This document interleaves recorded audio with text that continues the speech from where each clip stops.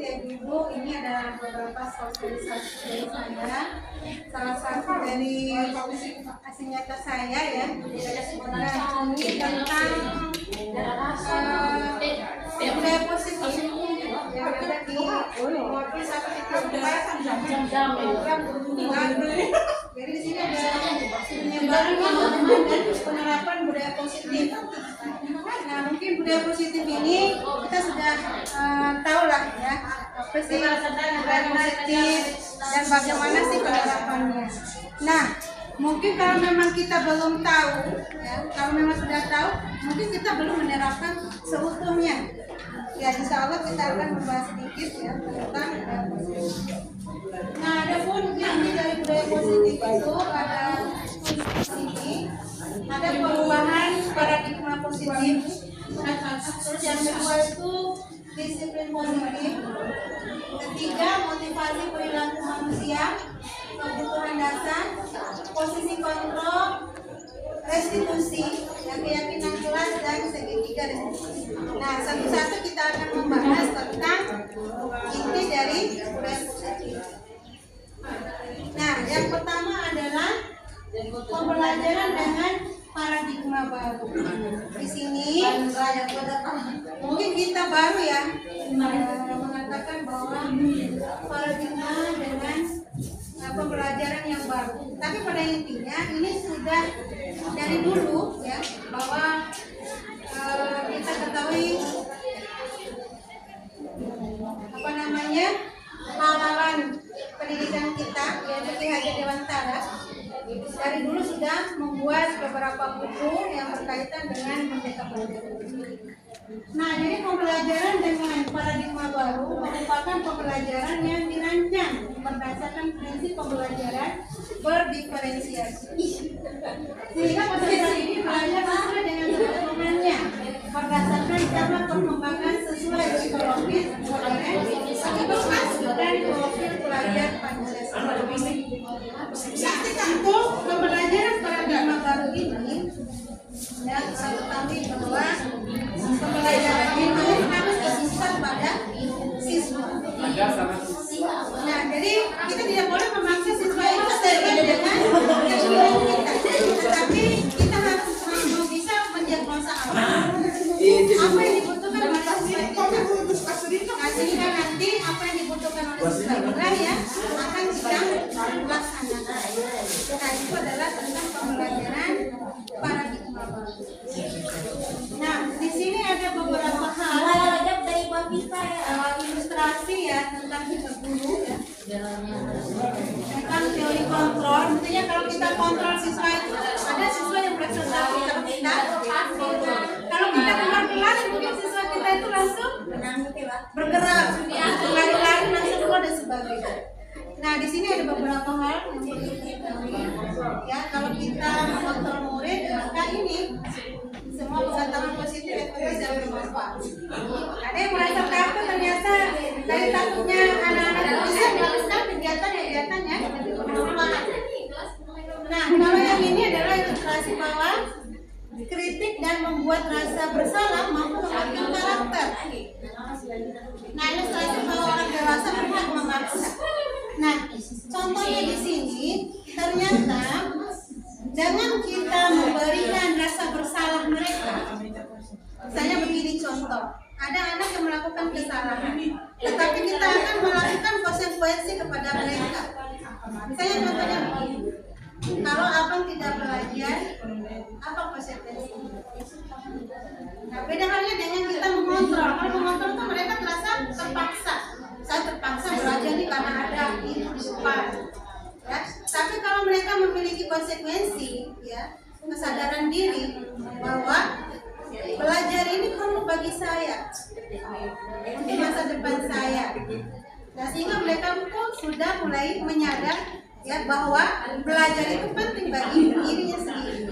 Beda halnya dengan yang ini, kalau kita kontrol itu merasa diam, belajar, tetapi mereka merasa tertekan, tidak merdeka.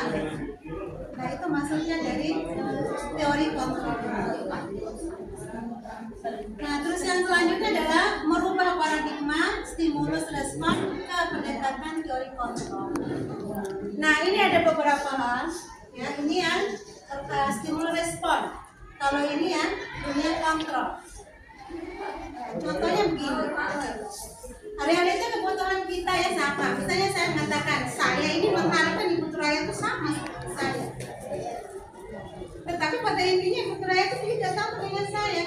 Kan orang bilang kita tuh bilang begitu sama siswa atau sama anak kita. Ya, misalnya Ibu Santi mengatakan demikian. Mama itu maunya kata Raya itu. Padahal Rara itu tidak sama dengan Ibu Santi. Nah, itu adalah ya responnya kita terhadap orang lain. Bahwa kita menganggap semua itu adalah sama seperti kita. Pada saat kita mengajar demikian, kita masuk dalam kelas, ibu tuh maunya kalian tuh seperti ini, nah, begini. Ternyata anaknya tidak seperti yang kita inginkan. Mereka punya dunianya sendiri. Nah, kita ambil contoh di sini. Realita kebutuhan kita sama. Ternyata kalau teori kontrolnya adalah realita kebutuhan kita itu berbeda.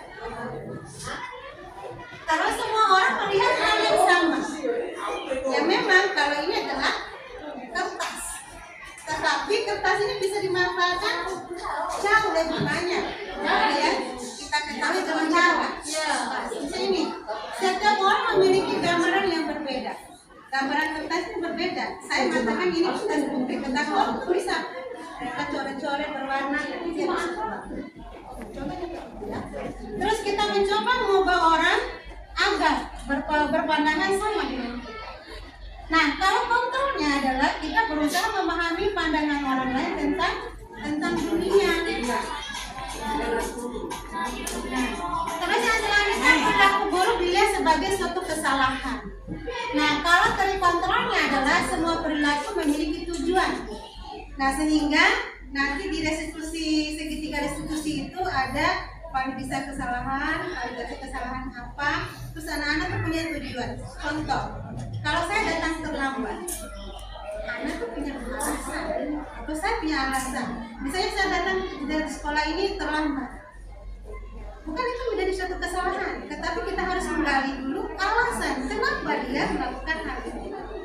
Setelah kita menggali kesalahan anak itu, ya, kita akan menanyakan solusi apa yang perlu kita berikan terhadap dan sikap apa yang bisa berubah. Nah, orang lain bisa mengontrol saya, hanya Anda yang bisa mengontrol diri Anda sendiri. Kalau kita tidak punya kesadaran dalam diri kita, maka kita tidak akan melakukan kesalahan. Kalau misalnya kita takut untuk dikontrol terus, kapan kita baru menyadari bahwa itu adalah suatu kesalahan? Nah, intinya ada pada diri kita sendiri, bahwa memandang orang itu jauh lebih luas dari pandangan kita. Jadi ini pandangan kita masih sempit, ya. Tetapi kita hanya bisa mendoktrin orang lain itu sama seperti kita. Nah, ternyata di kurikulum Merdeka itu sebenarnya kalau diterapkan itu sangat bagus. Nah, saya bisa mengontrol ini ya. Pemaksaan ada pada saat bujukan jargon. Kan kita bujuk ya anak-anak, kita makan ini ya. Kalau mau makan, ibu kasih hadiah. Atau kalau kamu mau ini, kamu bisa jawab ini, ibu kasih hadiah. Nah, ternyata kalau menurutnya kontrolnya bahwa kolaborasi masing-masing menciptakan pilihan-pilihan baru. Jadi kita tidak boleh memaksa untuk stimulasi. Kita lanjut lagi. Nah, ini ada disiplin positif. Nah, disiplin positif ini berasal dari kata disiplin yang artinya belajar. Disiplin mengacu pada disiplin diri dan memiliki tanggung jawab terhadap apa yang dilakukan berdasarkan kesadaran.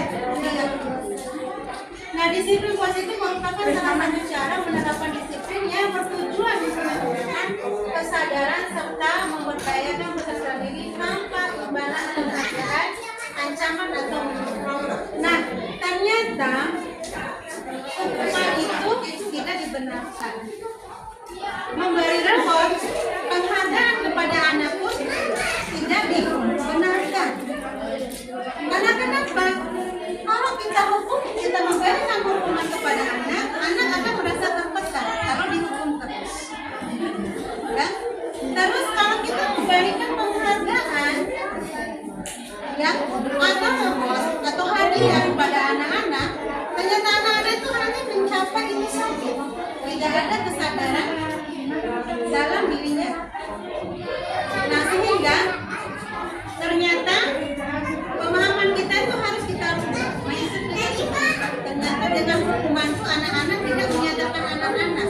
Contoh misalnya datang terlambat, kita denda 2.000 atau 5.000. Kalau ada anak-anak yang menyepelekan, oh gampang saja kalau 5.000 kan saya ketemu sama, jadi tidak ada perubahan dalam dirinya. Dia akan melakukan terus. Kalau kita memberikan hadiah, maka nanti anak-anak kalau ibu itu saya juga punya hadiah, saya dapat hadiahnya. Jadi anak-anak itu punya kesadaran dalam dirinya sendiri bahwa disiplin ini harus lahir dari dirinya sendiri. Sama sih seperti contohnya kalau kita intinya ini kan pada profil belajar Pancasila itu ada profil yang pertama adalah beriman bertakwa kepada Tuhan Yang Maha Esa. Sama kalau kita yang beragama Islam, kalau sudah azan harus cepat sholat. Itu namanya disiplin dari diri kita. Jadi kalau tidak dikontrol, misalnya anak-anak kita kalau tidak punya kesadaran dia meninggalkan sholat. Kalau tapi dia punya kesadaran dalam dirinya, kontrol yang terbesar itu adalah Allah Subhanahu Wa Taala akan keluar dari diri sendiri bahwa kewajibannya itu adalah ada pada diri.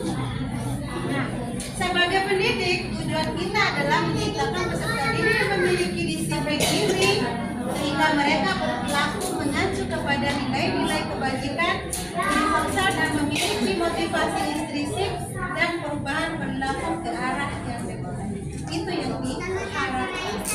Saya dari para tahu nih guru takut pada guru yang tidak takut pada guru yang bagus. Nah, apa saja nilai-nilai kebajikan yang perlu kita tanamkan kepada anak-anak kita? Ya, ini contoh nilai kebajikan. Profil pelajar kita beriman, bertakwa kepada Tuhan Yang Maha Esa, berakhlak mulia, bertindak global, gotong royong, mandiri, dan kritis. Nah, apa saja ini ya? Nah, misalnya kalau yang beriman kepada Tuhan Yang Maha Esa, ada beberapa hal yang perlu ya toleransi, rasa hormat, integritas, mandiri, menghargai, antusias, empati, pengetahuan, kreatif, kerjasama, percaya diri, dan nah, sedangkan 9 karakter Indonesia ini cinta Tuhan dan sebenarnya cintanya, kemandirian dan tanggung jawab, kejujuran, amanah, diplomatis, hormat dan santun, dermawan, serta menolong dan gotong royong, percaya diri, kearifan dan pekerja keras, kepemimpinan, keadilan, baik dan rendah hati, toleransi, kedamaian dan kesatuan. Nah, ini adalah contoh nilai-nilai kebajikan, ya. Nilai-nilai kebaikan yang berada pada profil pelajar Pancasila. Nah, apa kebutuhan dasar manusia? Kebutuhan dasar manusia adalah segala sesuatu yang dibutuhkan oleh manusia untuk mempertahankan keseimbangan kondisi fisiologis dan psikologis yang bertujuan untuk mempertahankan kehidupan dan kesehatan. Nah, inilah kebutuhan. Nah, yang selanjutnya itu kebutuhan dasar manusia, ada penguasaan, kasih sayang yang bisa diterima, pertahanan hidup, kesenangan,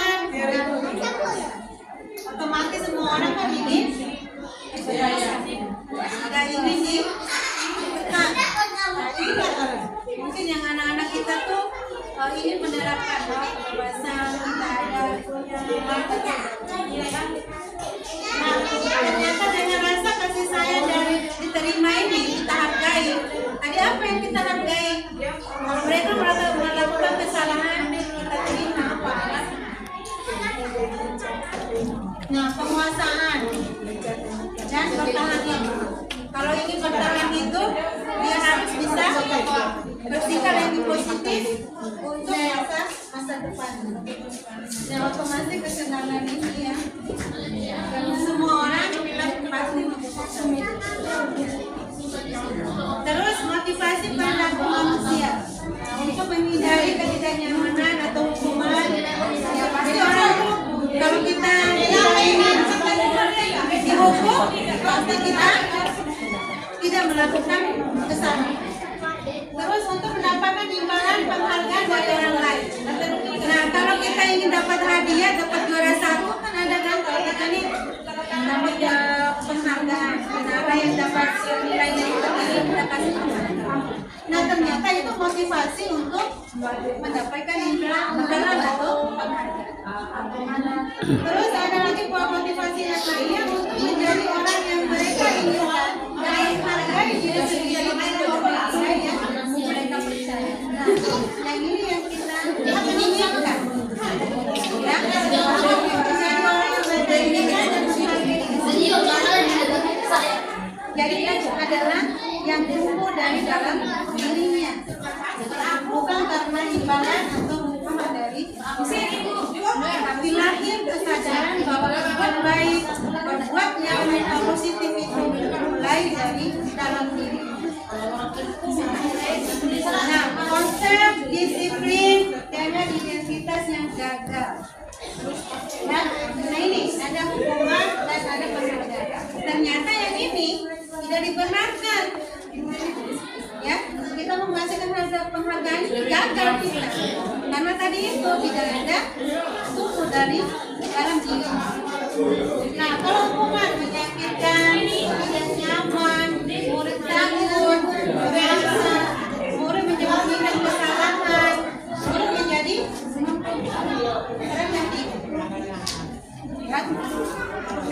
yang pertama non dia jadi ranking 10. Ini ternyata kita menggunakan hukuman kepada dengan ya. Terus merampas hak menghargai dirinya. Ini yang konsep disiplin dengan identitas yang gagal yang sering kita lakukan. Nah, ternyata ini tidak perlu lagi kita lakukan. Ini dibanding belajar tempat saya mengatakan. Nah, kalau di STIT kita tidak ada yang namanya ranking. Semua anak pintar dengan bakat yang Padahal kita kasih hadiah tuh umat yang sesuai dengan kemampuan mereka ya untuk motivasi ya selama ini ternyata salah ya. Iya, ternyata salah. Banyak cara untuk memotivasi ternyata itu kalau kita memberi penghargaan itu kan saya juga baru tahu juga sih kemarin kita juga memberikan robot kepada anak-anak ya. Ternyata setelah saya mendapatkan modul tentang budaya positif ini, ternyata memberi hadiah kepada anak-anak juga adalah disiplin yang gagal. Konsep disiplin dengan identitas yang sukses. Tadi itu ada yang gagal, sekarang yang sukses. Apa saja ada konsekuensi dan ada retribusi. Apa saja konsekuensi? Menguatkan jangka pendek yang perlu monitoring berkelanjutan, stimulus murid menghormati peraturan, kehilangan waktu untuk merenungkan kesalahan. Contohnya begini. Misalnya, anak ini terlambat. Ada aturan, jadi aturan di sekolah atau aturan yang sudah kita tetapkan bisa kita membuat keyakinan kelas. Ini contohnya kita membuatkan keyakinan dalam kelas. Contohnya kalau aturan sekolah itu datang kita kan jam 7.15. Nah, kita buatlah keyakinan dalam kelas dengan memberikan konsekuensi. Contohnya, misalnya kamu terlambat, kira-kira apa konsekuensinya? Nah, oh iya Bu, nanti saya sapu semua kelasnya. Dan konsekuensi ini harus ditaati oleh semua anggota kelas itu. Karena kesepakatan kelas itu sudah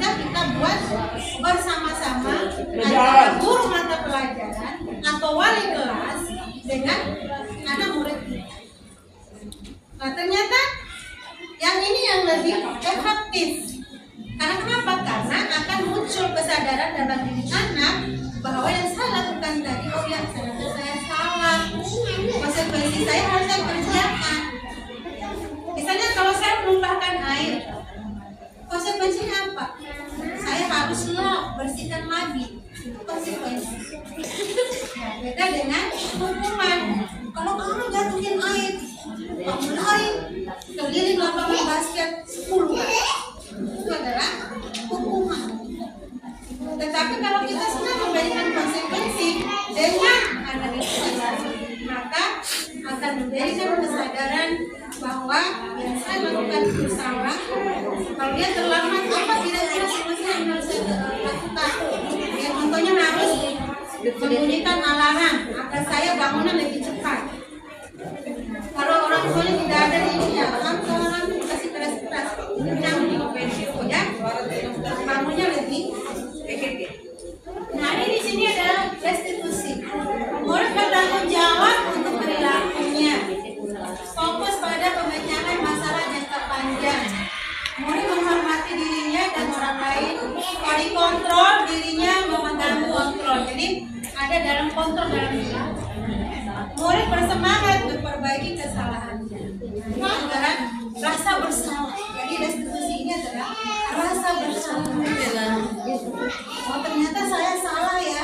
Apa kesalahan saya? Apa yang perlu saya perbaiki? Sehingga yakinlah ya bahwa tadi itu disiplin melahirkan orang yang sukses. Sama seperti kita. Kalau kita tidak dikontrol oleh diri kita sendiri, gampang saja meninggalkan sholat. Ya. Kalau saya tidak mengontrol diri saya sendiri dan saya tidak percaya kepada Allah, misalnya tidak dikontrol oleh Allah, gampang saja saya sholat. Tetapi kalau kita punya kesadaran kontrol diri sendiri bahwa itu adalah kewajiban kita, itu sama-sama. Nah, konsep disiplin pendekatan restitusi dan semua cara berdasarkan distribusi positif pada murid. Nah, pengertian restitusi proses menciptakan kondisi bagi murid dari kesalahan mereka sehingga mereka bisa kembali pada kelompok mereka dengan cara yang baik. Ini merasa bersalah. Oh, saya harus berubah. Kalau seperti yang Allah berkata kepada kita itu barang siapa yang ingin ya memperbaiki dirinya itu, ya Allah tidak merubah seseorang kalau orang itu berubah dirinya sendiri. Nah, ciri-ciri restitusi ya bukan untuk menebus kesalahan, belajar dan memperbaiki hubungan, ya tawaran bukan paksa. Restitusi menuntut untuk melihat ke dalam diri. Restitusi mencari kebutuhan dasar dan mendasari tidak. Restitusi diri adalah cara yang paling baik. Restitusi fokus pada karakter bukan tidak. Restitusi fokus pada solusi. Restitusi mengembalikan murid yang berbuat salah. Insya Allah ya, kalau kita mengetahui ini, perbedaan. Contoh kasus, siswa tadi tidak mengerjakan PR. Nah, ini ada hukuman, ada konsekuensi, dan ada restitusi. Ya, guru menghukum siswa tersebut hormat bendera selama studi. Ya, guru marah dia meminta. Sedangkan konsekuensi, guru memberikan konsekuensi mengerjakan PR-nya saat istirahat atau dikerjakan sebanyak 4 kali. Ini namanya konsekuensi. Kalau kamu tidak mengerjakan PR,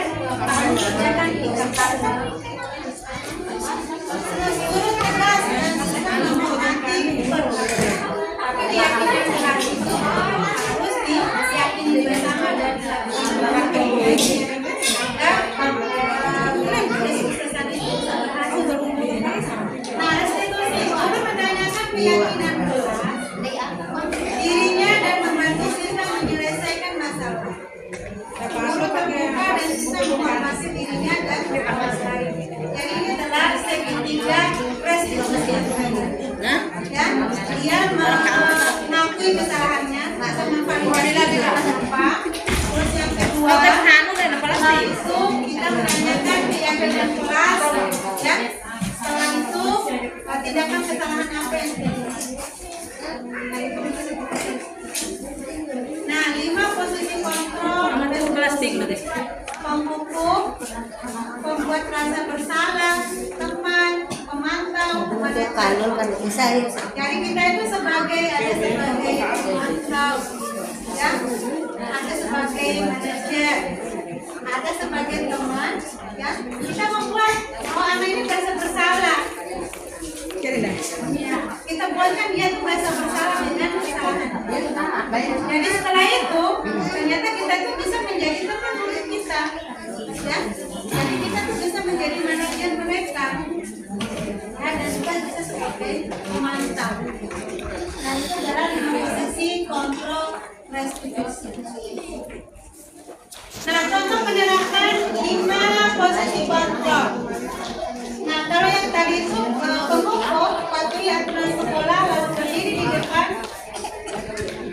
depan barisan. Nah, kalau pemantau itu tentunya kamu sudah melanggar. Apa pelanggaran misalnya kalau kita tadi itu anak terlambat, kita tanya tadi apa tadi konsekuensinya bagi ada yang melanggar sesuai dengan keyakinan kita yang sudah kita buat. Nah, ajulah sepeda ada teman, ayolah yang buat guru bahagia. Hari ini tidak apa-apa. Cewek. Ini sebagai teman ibunya Bunda, ayo kita hanya bangga kontrak. Kamu kalau kamu lebih baik lagi bisa disampaikan.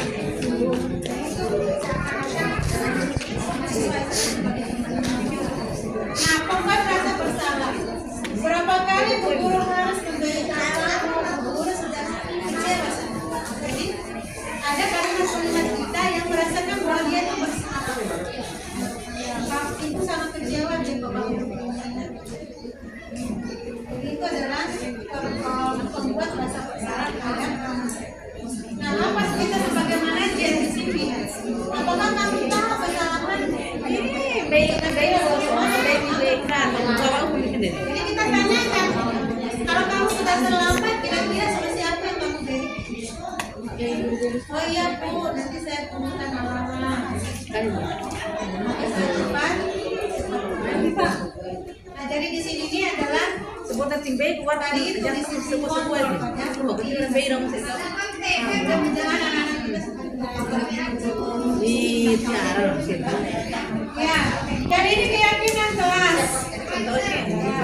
Keyakinan kelasnya mengapa keyakinan kelas? Mengapa tidak peraturan kelas saja? Nah, kalau kita melakukan keyakinan kelas, ya, mengapa kita memiliki peraturan tentang penggunaan helm pada saat mengendarai sepeda motor 2 atau roda 2 ya? Mengapa kita memiliki peraturan tentang penggunaan masker dan bagaimana cara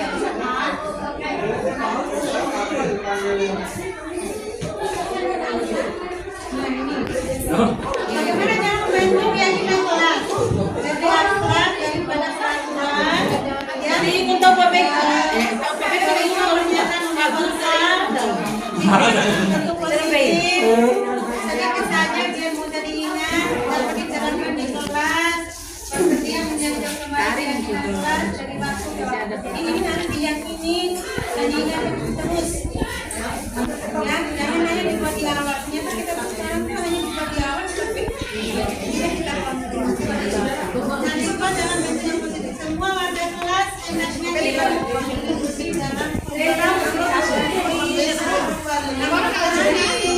dalam ajaran baru, ya, kita sudah bisa melaksanakan penelitian. Tapi tolong kita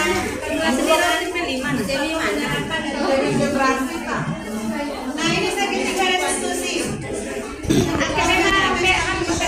Identitas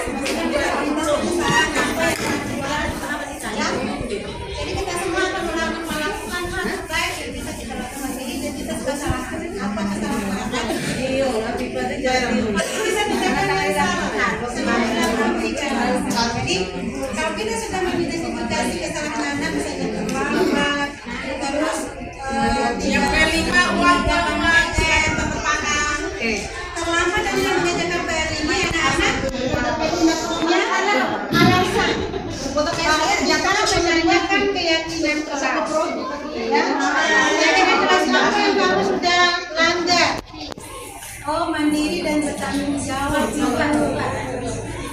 Nah, kira-kira apa saja yang bisa kamu berikan? Lihat Bu, kalau untuk PR-nya saya akan mengerjakan semua PR yang tidak saya buat. Itu adalah segitiga saya. Jadi kita harus menstabilkan identitas dulu. Identitas ini maksudnya kesalahan anak. Terus sorry bisa tindakan yang salah, ya kesalahan apa yang sudah dia lakukan, dan kita menanyakan solusi apa yang harus dia berikan, dan keyakinan mana yang telah dianggap oleh anak tersebut. Itu saja yang bisa saya sampaikan.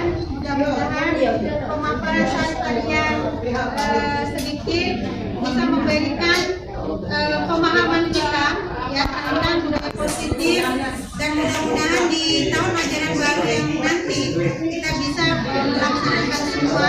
Insya Allah kalau semua kita bergerak maka kita akan mendapatkan kesuksesan.